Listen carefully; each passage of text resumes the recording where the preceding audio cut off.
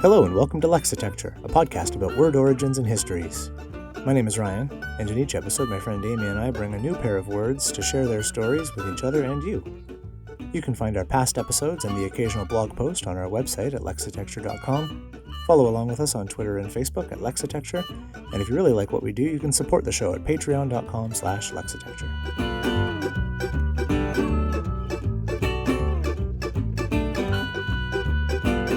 Today's episode, Balaclava Cardigan Sandwich Crapper. Well, after another appallingly long break, I'd like to welcome everyone back to the too short a list, new episode of Lexitecture for 2025. We started off pretty strong this year, and then things happened. And I don't know if I imagine it probably gets tedious starting every new intermittent episode with a big apology about how long it's been since the last time, but it's something that we do enjoy doing and really like doing and want to keep doing, and it just sort of happens. So we appreciate everyone sticking around, and particularly right now, I'd like to send out a huge, illustrious, grand, and heartfelt thank you to all of our Patreon supporters. It may be... I understand it might be frustrating to have be financially supporting something that has sort of dwindled in terms of frequency, but I can, if it's any consolation, literally the Patreon support we get is the only reason we still have a show to come back to every now and then. Whether we put out episodes or not, web hosting, distribution, all those extra expenses, they keep right on rolling. So having this, the support of a handful of a great number of our listeners is world-changing, changes everything, means that we get to keep doing this. So I'd just like to especially shout out Chuck Falzone, Gareth Morrill, and Chris K. and Julie, who are our 4 new Patreon supporters from 2025, along with all the rest of our long-time, long-suffering listeners who have put their money where their ears are, so to speak. And we really, really appreciate that. Thank you so much. And apologies again for how long it takes to get another episode out. And also a follow-up apology. You're stuck with just me today because I had actually recorded a solo episode back in February when things were rolling along nicely. And I was like, perfect, I'll record this. This will be the one that we just sort of throw out if there is a small gap, between episodes at one point, and it'll keep the ball rolling. And then things fell off the rails. But in that recording, I foolishly had made references to current events, or at least the current time. So a lot of references to winter and this past Christmas that just happened and the New Year and everything else, which don't make a lot of sense. So I have decided, I'm sitting down today, I am re-recording that episode, putting it out today if I can, tomorrow at the very latest. This will be out very soon, and then we'll keep on trying to get our schedules together so that we can actually get stuff done. I won't go into too much detail why there's, the specifics. Amy's had some stuff happening that has been tying her up incredibly for the last several months. And I started a new job in December, which always carries along with it a bunch of fairly chaotic new stuff in terms of how schedules work and everything. But anyway, we're back now. We're here today. We're ready to get going. Today I have a small grab bag of words that involve kind of some of which are confusing blends of eponyms and toponyms, and wrapping it up with the debunking of a supposed eponym that isn't actually. So some of this little foray into this aforementioned grab bag is treading very carefully and respectfully onto the toes of Mark and Avon of the Endless Knot, because kind of half of it involves, or started with, me discovering a weird connection between words, which is their whole jam. And they are illustrious experts at that, finding those connections between words that you may not think are related. And so, hat tip to Mark and Avon, as always, for everything. It also occurs to me that, speaking of Mark and Avon, I believe we're coming up on 7 years since we went to the first sound education conference in Boston. We were invited there. That's when we first got to meet Mark and Avon. We got to meet all kinds of other awesome people. We got to sit on a panel of linguistic podcasters, all of whom were amazing. We got to record some really sweet guest episodes. Special retroactive nostalgic shout out to Kevin Stroud of the History of English podcast, who was good enough to sit in and do an episode with us and give us a shout out on his podcast, which overnight amplified our signal tenfold. We got hundreds and hundreds of new listeners every episode thanks to that. Lots of people who discovered us through him and have many of whom have stuck around, which is wonderful. So big, huge thanks to him. And just, I think that was the fall of 2018 that happened. So time marches on. But enough of this historical nonsense. Let's get into different historical nonsense. So where we start with is the humble sandwich. Now, if you're listening to this show, which you are, it means you're a bit of a nerd, which is great.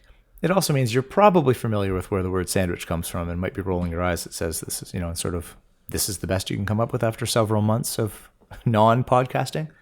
But if you're not, or you don't mind revisiting old classics through a slightly different lens and with me talking to you about them, this comes from a gentleman in the 18th century by the name of John Montague, otherwise known as the 4th Earl of Sandwich. So Mr. Sandwich was reputedly an inveterate gambler who was so obsessed with gambling that he wasn't even willing to stop playing long enough to enjoy a full-on meal, and instead, necessity, or in this case, I guess, preference, being the mother of invention, came up with the idea of just slamming stuff between two pieces of bread so that he could chow down on that while betting away and munching one-handed on his meal. Probably betting away eye-watering amounts to normal people, but when you're named after a place that you own and rule, probably fairly low stakes. Famously, and as I'm sure is not news to anybody, there's not a lot of downsides to being in this echelon of rich guy. It is a rarefied tier. And yeah, generally a pretty sweet deal by all accounts. I wouldn't know, but this is what I hear. However, I can't help but think that it's a bit ironic that one potential downside is that if you do end up having something named after you, if you're in that position where you're the Earl of whatever and you just become known by the name of the place that you own and rule, if you do end up doing something innovative that gets you a bunch of stuff named after you, it's not actually named after you, is it? It all just comes back to the land. So Sandwich, the name, comes from the place on the southeast coast of England in the county of Kent, and the name in Old English simply meant sandy place or maybe sandy harbor. So the sand, yes, is the same sand as sand. This is also the same guy whose place name / his name lives on in the South Sandwich Islands, which is a group of uninhabited islands in the sub-Antarctic region of the South Atlantic. Incidentally, he finally did get something named after him because one of those islands, the biggest of course, rolls your eyes, is named Montague after his actual name. And if, other than the fact they are indescribably and indisputably south, these South Sandwich Islands. But if it seems a little bit weird that they had to specifically include South in the name, it's because the explorer and colonialist James Cook made an effort to name a different set of islands after Mr. Sandwich, namely the Hawaiian Islands. Now, mercifully, that didn't stick at all because going to the Hawaiian Islands is much better than going to visit the Sandwich. So that didn't stick, but that was the attempt. An attempt was made to name Hawaii the Sandwich Islands, which then necessitated the South Sandwich Islands to have South attached to their name. So, short little thing, there's our first in the eponym / toponym category is John Montagu, Earl of Sandwich. Sandwiches being awesome. South Sandwich Islands being, I guess, awesome in their own frigid South Atlantic way. So, number 1, sandwich. Number 2 is the cardigan. If you're a certain generation of TV watcher, the immediate connection that leaps to mind between cardigan and something you would know a cardigan for, other than just if you happen to enjoy wearing cardigans, would be Mr. Rogers, obviously.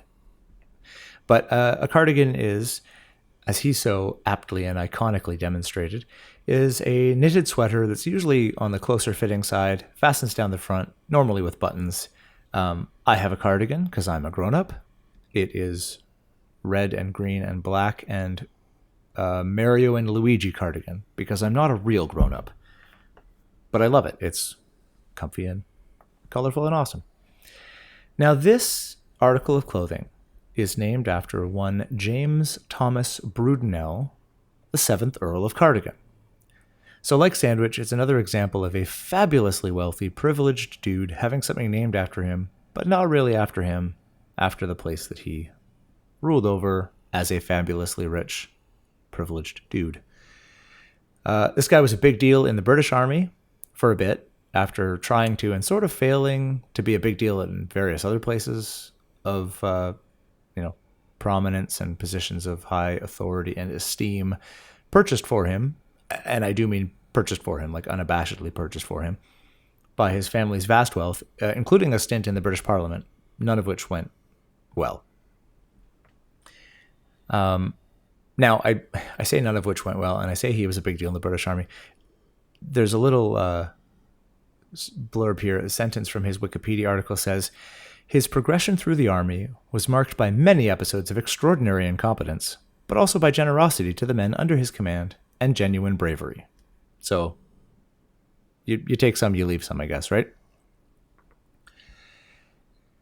And he was also something of a fashion icon for people who like that sort of thing in a very specific way and time. One of the ways that he was reputedly very generous to the men under his command is that he did unthinkably progressive things, like realizing that armies would perform better in frigid wintry climates and temperatures if they, had real proper clothes on. I would love to tell you I'm exaggerating or making that up, but I'm not. It was, he decided, hey, it's cold out. Maybe we should give our army dudes some clothes that keep the cold out of them.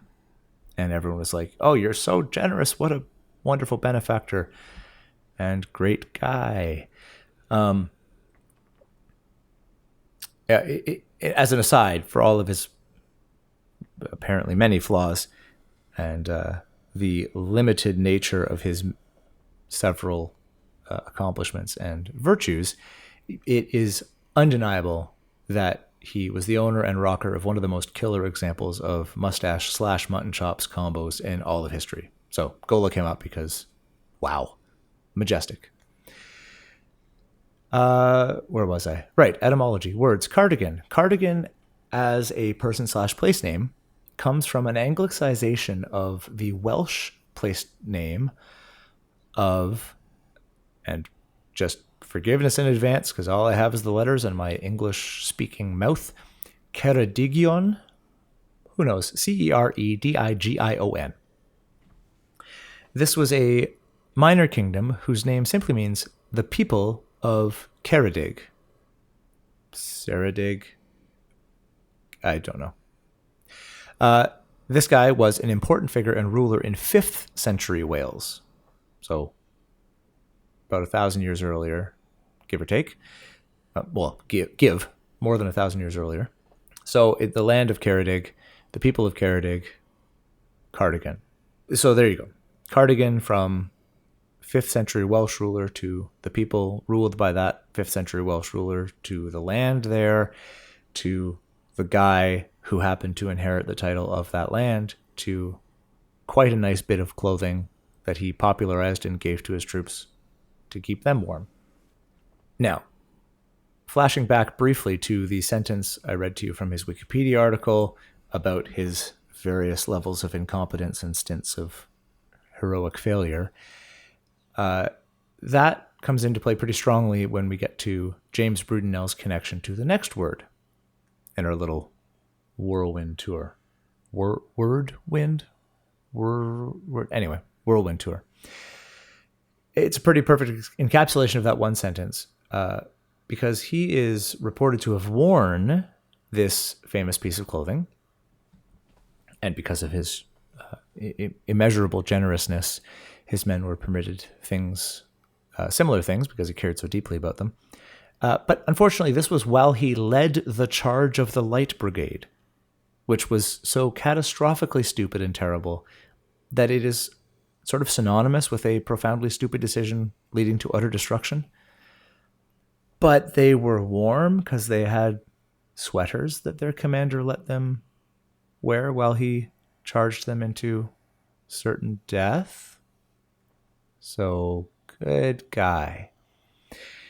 That charge happened during the Crimean War in, and I cannot stress this enough, Ukraine, at a place called Balaclava. And this brings us to our next piece of clothing geography eponymery, the balaclava, the choice head facewear of winter soldiers, skiers, and bank robbers in cartoons and on TV and in movies everywhere, is named after the same place where Mr. Cardigan himself did his thing so famously, which is near the southern tip of the Crimean Peninsula in Ukraine. So there's things that happen when you're looking into historical linguistics and etymology that we do a lot of stuff with timelines, not surprisingly, but as we repeatedly say, timelines are fuzzy at best when you're dealing with etymology. In this case, the timeline fuzziness comes from the fact that, although all signs point to the article of clothing getting its name from this place and popularized stemming from this battle, which happened in 1854, it doesn't show up in written English until 1881, 27 years later. Now, we talk a lot about how we can't base our assumptions on when a word actually started being used in English in general on when it starts being used in writing to the point where it gets cited in the OED or other etymological sources.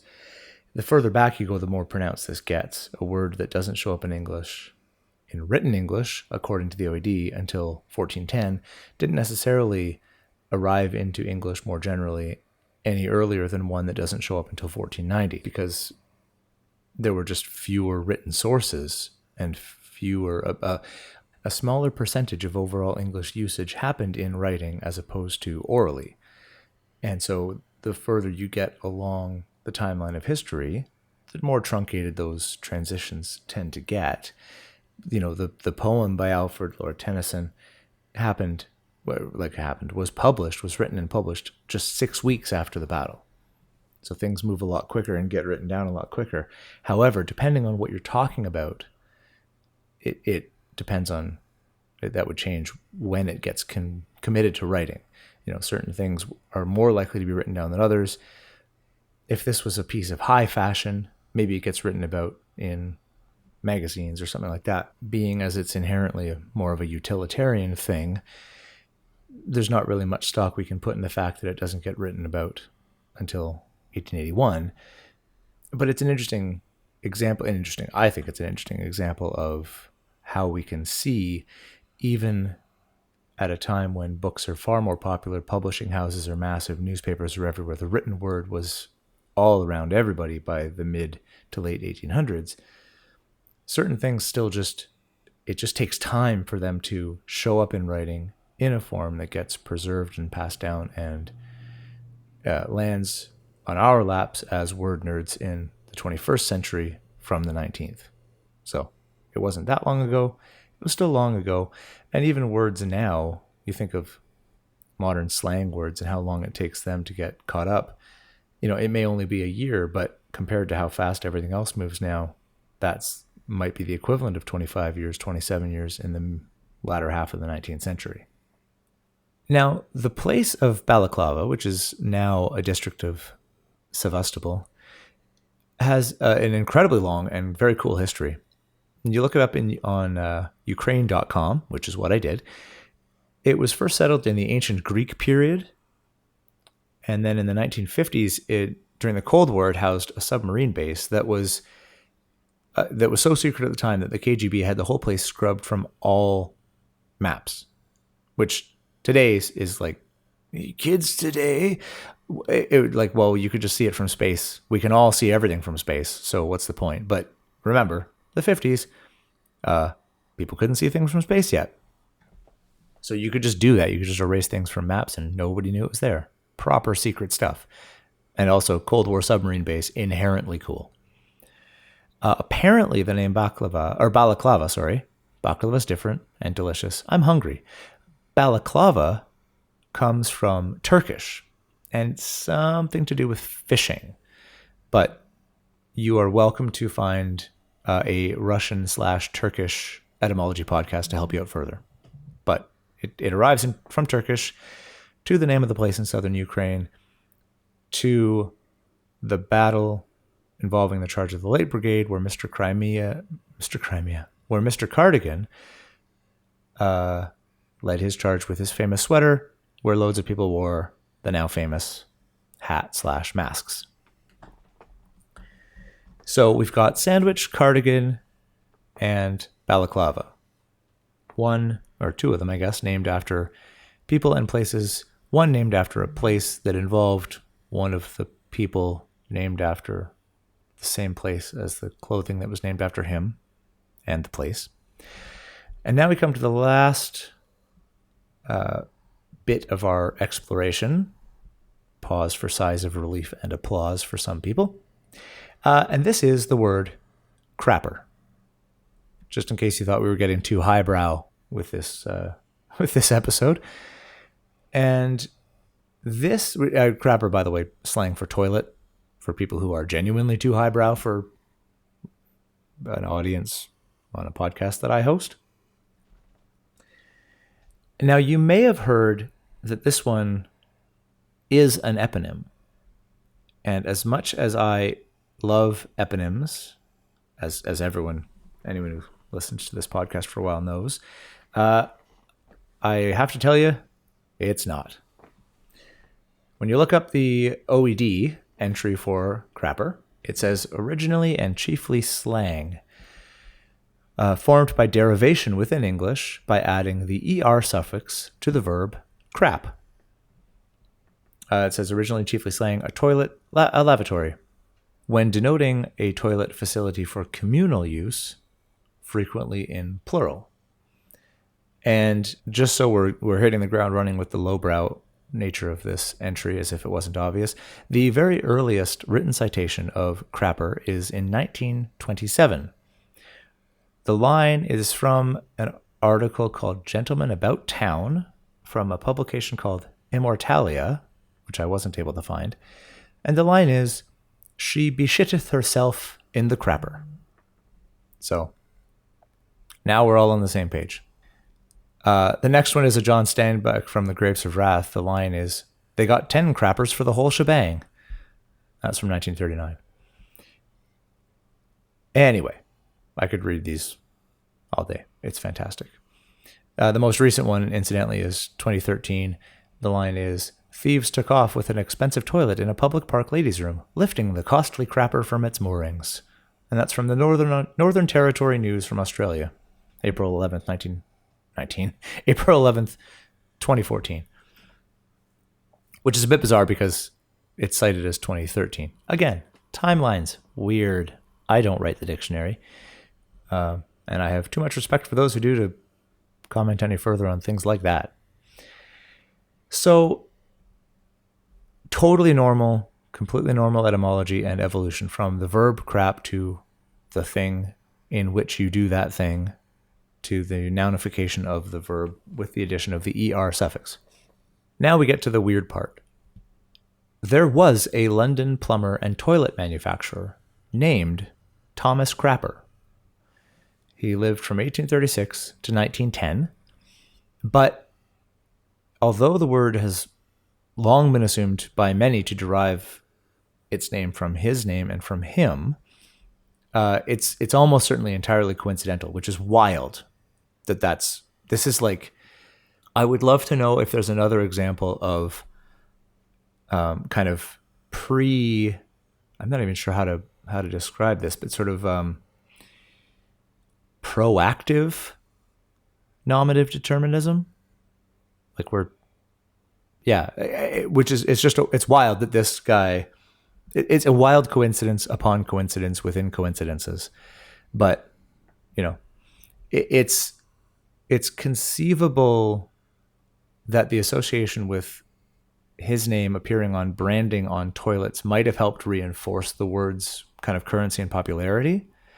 But it's also notable that, like we said, the first written citation for this was in 1927 in the US, and this guy lived until 1910 in the UK, in London. But then again, there was a world war in between, some of which, at the tail end of it, involved the US, and so maybe shrugs, ? But all signs point to it, and the OED points to it being most likely completely coincidental, which is crazy. But tinfoil hats abound. Make up your own mind. Nobody really cares. There's no cops for this, so believe what you want, I guess, but that's the best I can find out. Now, as we talked about, the noun crapper came from the verb crap, so I had to look that up, of course. Now, this is the case of verbification of a noun. So it all comes full circle. So the verb crap comes from the noun. The earliest citation of the verb appeared in 1846 in a book that has one of the greatest titles I've ever come across. We've talked about this before. The grand mid-19th century style of summarizing the whole book within its title, and then especially within its subtitle, is one of my favorite things. So here goes. This book is called The Swell's Night Guide, or A Peep Through the Great Metropolis Under the Dominion of Knox, displaying the various attractive places of amusement by night, the saloons, the Paphian beauties, the chafing cribs, the introducing houses, the singing and lushing cribs, the comical clubs, fancy ladies in their penchants, etc., etc., revised and carefully corrected by the Lord Chief Baron, the Arbiter Elegantarium of Fashion and Folly, with numerous spicy engravings. End of title. Now, say what you want about the 1800s. That's awesome. We should maybe run the clock back a little bit and on the fact that we're being a little bit lowbrow with our words today. Crap, in this case, is actually a relatively late coming euphemism for excrementation. It's a good illustration of this is the second citation in the OED of the verb crap is a 1928 translation of Aristophanes, the Aristophanes work 11 Comedies. The line in the 1928 edition of this collection reads, the translation of this work reads, "I reckon I know someone who will crap himself with fright today." But the first edition of the collection, which was published 16 years earlier in 1912, uses the way older and way more venerable phrase, shit himself. I reckon I know someone who will shit himself with fright today. So sometime between 1912 and 1928, the editors, the successive editors of this collection, decided to euphemize the word shit into the word crap. Whether you call that sensibilities changing or what have you. But, when it comes to profanities, quote unquote, and quote unquote bad words, it's interesting how the hat ringing about bad language is often from a similar demographic and a similar sector of society and people who place an emphasis on the old rather than the new, particularly in terms of language. But in a case like this is, I mean, it's proof positive, and it's, the word shit was around for millennia. Well, not millennia in English, but as long as there's been English, virtually. Like, it's very, very, very old. It's been around for forever. And it wasn't until the 20th century that they came up with this euphemism that itself is, it's funny that itself becomes kind of a, oh, we can't say that word. We can't talk about that now. So 100 years later, we're still tangling with these things and what's proper language and not. And at some point, we may do an episode. I mean, we may always sometime do an episode where Amy and I actually just dive into that whole concept of just bad words and bad language, whether or not we do specific ones, but just we could probably go on for quite some time about that and the ins and outs and implications and involvements of all of that stuff. Anyway, so that it's relatively recent. The other sort of interesting side note is that the verb appears in writing first as a transitive verb. Like you have to crap something, like yourself or someone else. The intransitive doesn't show up until 1874. Remember, the first citation was in 1846. So, and when it does, but now that said, when it does, it shows up in a slang dictionary. So there's, as soon as you see that, you know automatically and without question that this is the word at least has been in popular usage long enough in the slang community to make it into a dictionary. So you know it's been around a while. The Swell's Night Guide is also the earliest citation for crap as a noun to mean excrement. And before that, the word had about a 400-year run when it just meant either like excess, remnants, scraps, something like that in various forms and context. So very old word. It took about 400 years. And thanks to the Lord Chief Baron and his Swell's Night Guide, we get it to mean poop. At the heart of it, etymology-wise, crap, we run into that old classic of uncertain origin. It's the OED says partly potential partial borrowing from French, but also Dutch and other Germanic branches of the English family tree. The post-classical Latin crappa means chaff or grain trodden under feet in the barn and mingled with the straw and dust. So there you go. Now back to put a bow on this whole thing, to wrap back to Thomas Crapper, because I can hear you like me going, all right then, well, where did his name come from then? Etym Online says that the name Crapper is, quote, a northern variant of Cropper, which is an occupational surname cited as early as 1221. It doesn't have an exact reference to a person, family, or even specific crop that they're talking about, but it's in that family of the surnames that come about from just referring to the family of the people who did a specific thing. Smith, Cartwright, Fletcher, Tanner, on and on and on and on and on, right? There's all these different jobs that became names, and this was one of them. And it just happened to be a spelling discrepancy between Cropper and Crapper, and that's where Thomas Crapper got his name. So when you see an admittedly usually hilarious and intriguing and interesting TikTok/reel/ whatever other word for short little video things that go viral and exist on your phone for 10 seconds as you scroll past them when the algorithm gives it to you, about Thomas Crapper lending his name to the toilet or the procedures thereon, or vice versa, or getting his name from those. Not actually true. There's a perfectly ordinary, and I'll admit, fairly boring reason for why he's named that. There's also a wild chain of coincidences that led to him going into the old plumbing and toilet manufacturer life with his name not yet meaning the things he was making.